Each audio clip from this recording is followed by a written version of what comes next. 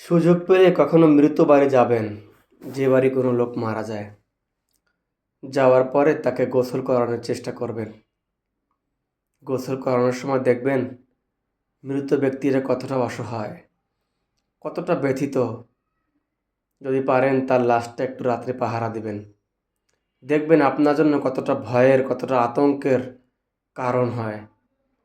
এই লোকটাও তো একসময় দম্ভ ভরে রাস্তাঘাটে হাঁটছে, কত মানুষকে ভয় দেখাইছে, কত মানুষকে অস্ত্র দেখাইছে, কত মানুষকে অস্ত্র ঠেকিয়ে টাকা নিয়ে গেছে। আপনাকেও কিন্তু একদিন মরতে হবে।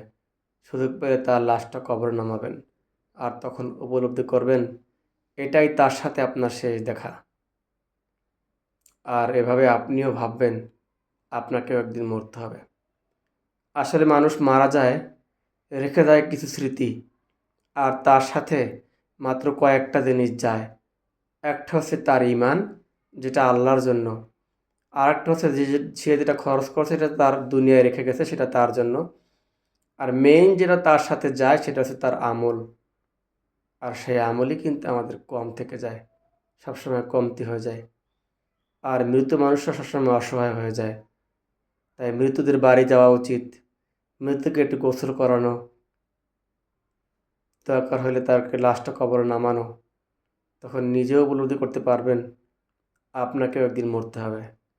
আর এরকম সময় আপনার ভিতরেও একটা ঈমান চাঙ্গা হবে, আর আপনিও বলবেন, হায় আল্লাহ, সুযোগ দিন, আমিও আর গুনাহ করব না।